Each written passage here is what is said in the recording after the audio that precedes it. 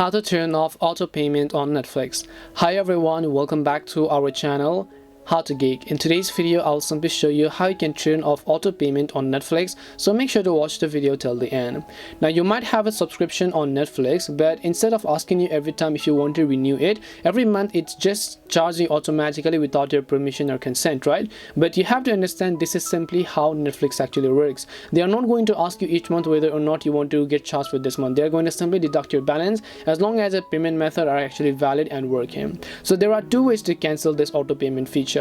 Now you have to understand that there isn't a direct way, but I can still show you two ways. For that, you have to log into Netflix from your browser. So not from your application, but just go ahead and then open up your browser, go to netflix.com and sign into your account. Now tap on the three lines icon from the top left, and then here you'll find the option called account. Just tap on the account option, and as you tap on the account option, you'll directly be taken to this page. As you can see over here, we don't have the option to actually go ahead and turn off auto payment, right?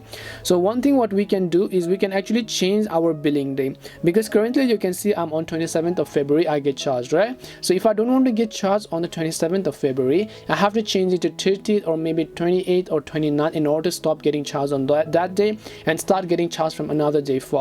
That is one way that you can actually stop auto payment. However, this is still not a full-fledged solution. If you really do want to turn off auto payment, the only thing you have to do is to cancel your membership. So when you cancel your membership, you will simply stop getting charged. As long as you don't cancel your membership, you will always get charged. Netflix will not ask you. So let's say that I cancel my membership right now, right? But I have already been charged for this month and my billing date is 27th of February. Then my subscription is going to remain till the end of this month, which in my case is 27th of February. And after that only the membership is going to be applied and then it is going to be cancelled, because after that the cancellation will be effective. But until then my subscription is going to remain. But after that, you have to understand, you will basically just stop getting charged.